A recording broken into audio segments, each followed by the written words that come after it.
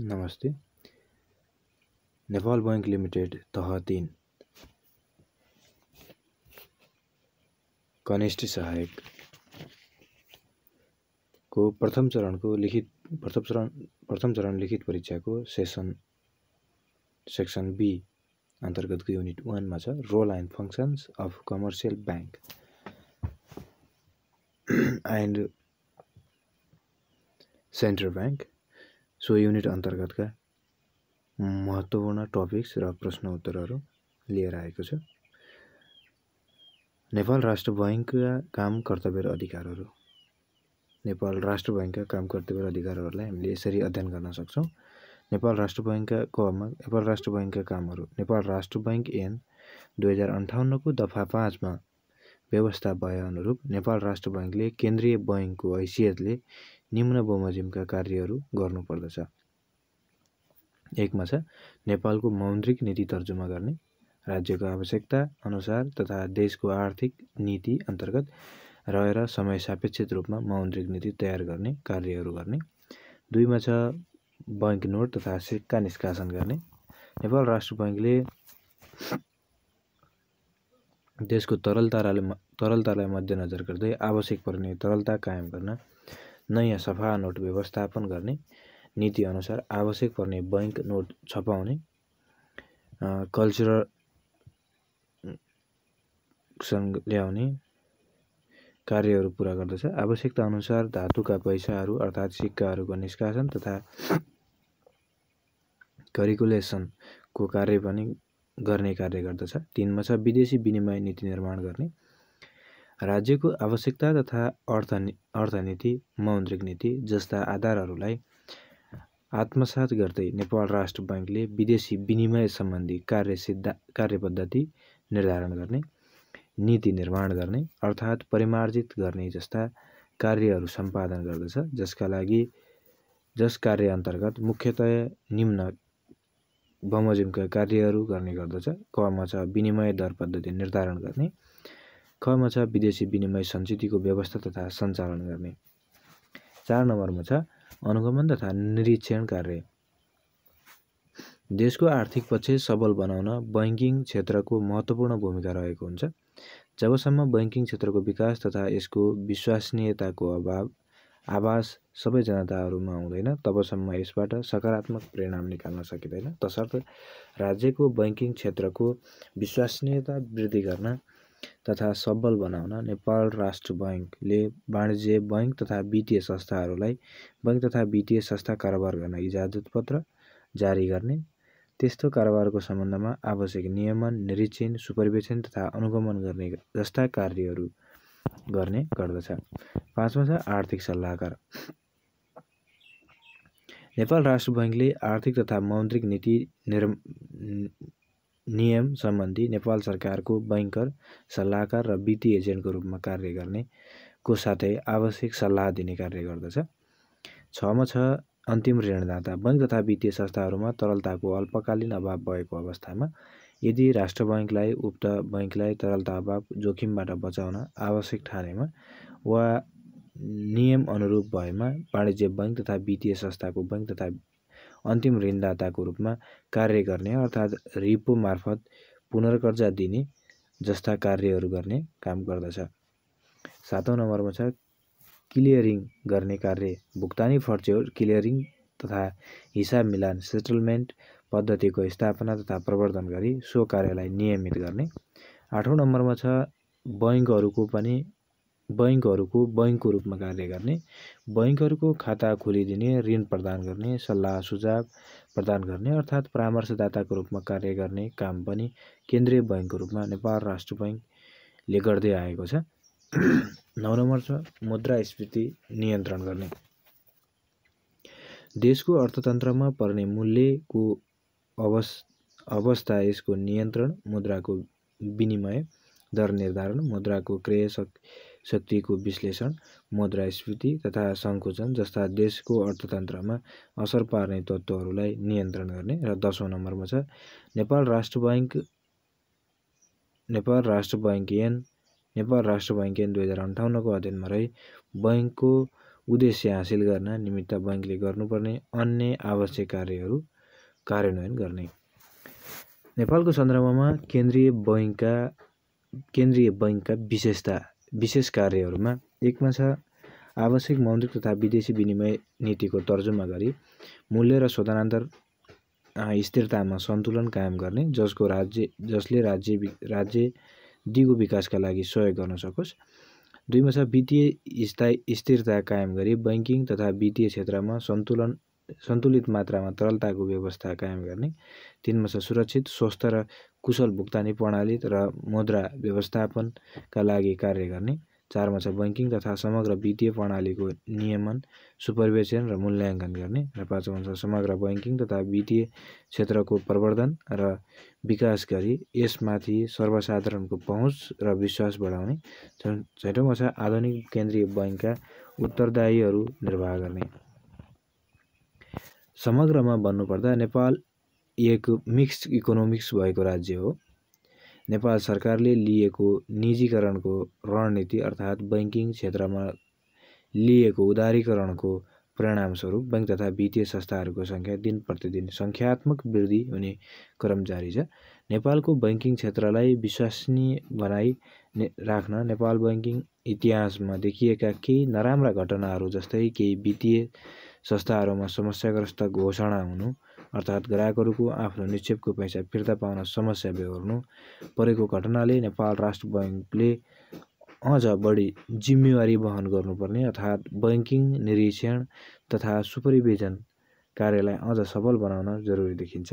समग्रमा केन्द्रीय बैंकले निभाएको भूमिका नेपालको परिप्रेक्ष्यमा सकारात्मक रूपमा लिन सकिने कुरामा दुईमत हुन सक्दैन। हामीले एउटा प्रश्न यसरी बनाउन सक्छौँ। प्रश्न नम्बर 1 मा छ राष्ट्र बैंकलाई थप प्रभावकारी बनाउन थप सुधारका उपायहरू उल्लेख गर्नुहोस्। 5 नम्बरको हैन। यस्तो 5 नम्बरको प्रश्नलाई हामीले यसरी उत्तर दिन सक्छौँ। 1 मा छ वित्तीय सार्वजनिक उत्तरदायी बढाउने। 2 मा छ बजार प्रभावकारी नियमन गर्ने। 3 मा छ सम्पत्ति शुद्धिकरण गर्ने माध्यम बैंकिङ क्षेत्रलाई बनावटबाट रोक्ने। 4 मा छ व्यावहारिक मौद्रिक नीति तर्जुमा गर्ने।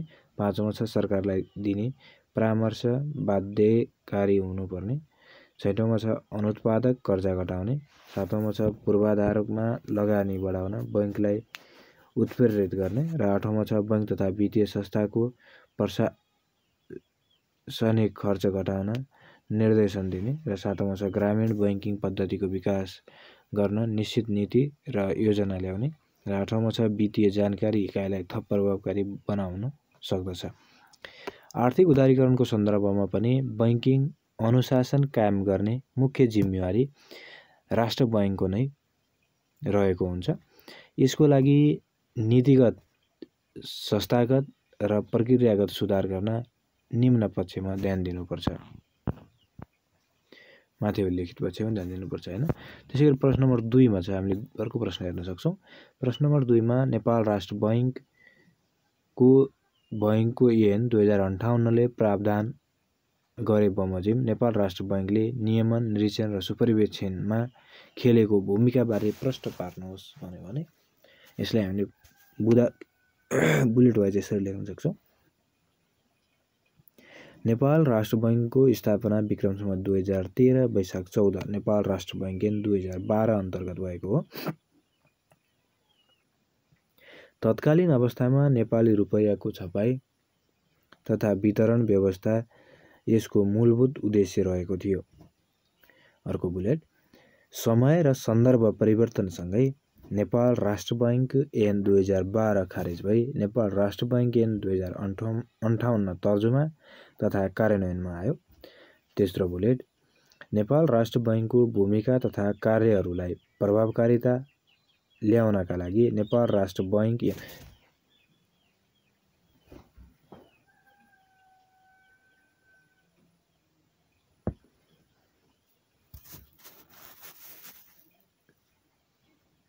ऐन 2058 मा 2063 र 2073 गरी 2 पटक संशोधन भएको छ। नेपाल राष्ट्र बैंक पाँचौं अर्को बुलेटमा नेपाल राष्ट्र बैंकले नेपालको बैंकिङ प्रणालीमा बैंक तथा वित्तीय संस्थाहरूको स्थापना, विकास र सम्वर्धनमा महत्त्वपूर्ण भूमिका निर्वाह गरेको हुन्छ।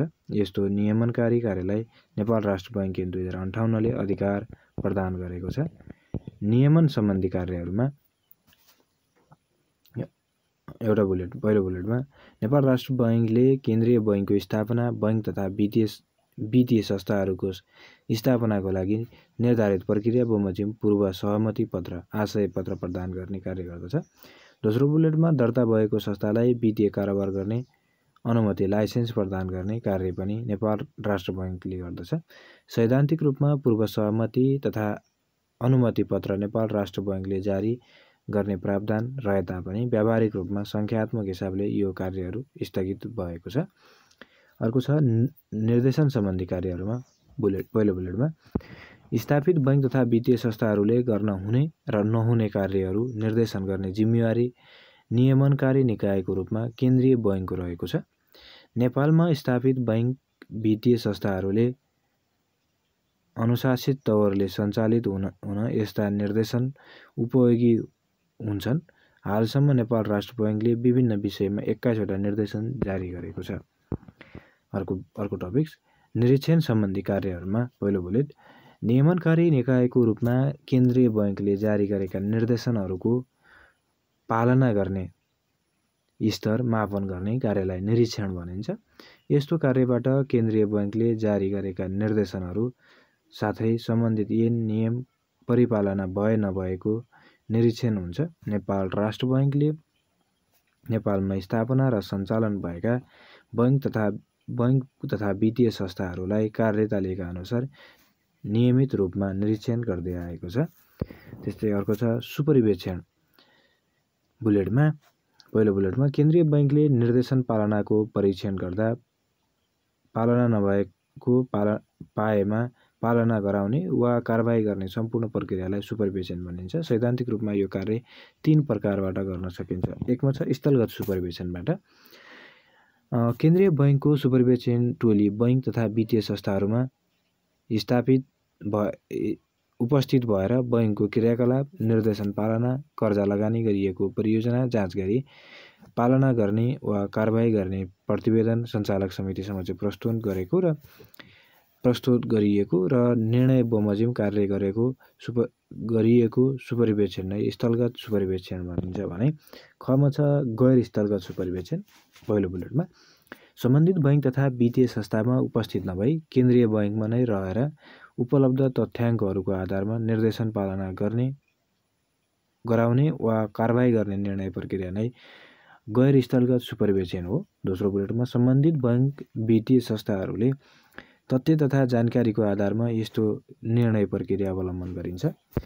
त्यसैगरी ग नम्बरमा छ पहिलो बुलेटमा गमा छ विशेष सुपरिवेक्षण पहिलो बुलेटमा बैंक वित्तीय संस्थालाई दिइएको समस्या, निर्देशन पालना नभएको वा कार्यान्वयन नभएको व्यक्तिगत संस्थागत उजुरीको आधारमा छानबिन गरी निष्कर्ष सहितको प्रतिवेदन उपलब्ध गराउने कार्य विशेष सुपरिवेक्षण हो। व्यावहारिक रूपमा यी 3 वटा सुपरिवेक्षण कार्यलाई नेपाल राष्ट्र बैंकले अवलम्बन गरिरहेको छ।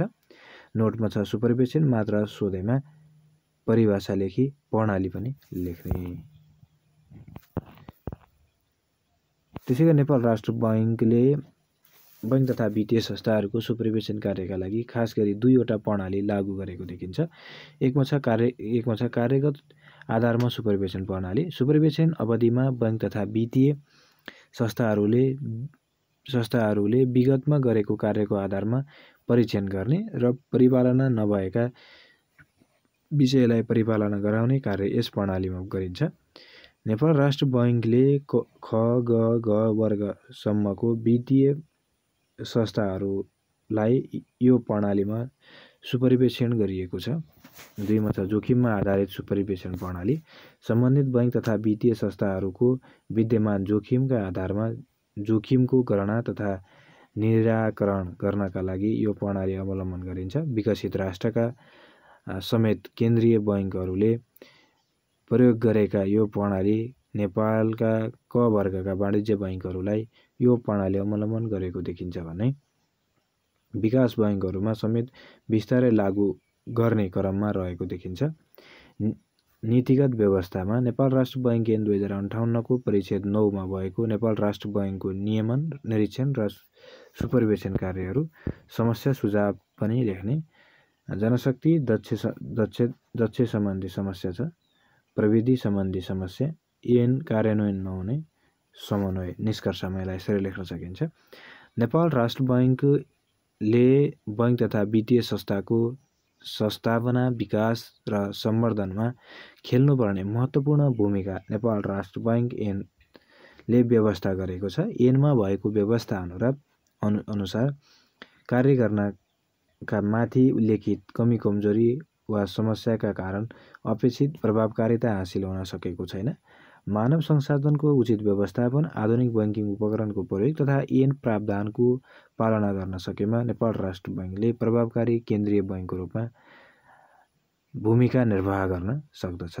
हस्त, धन्यवाद।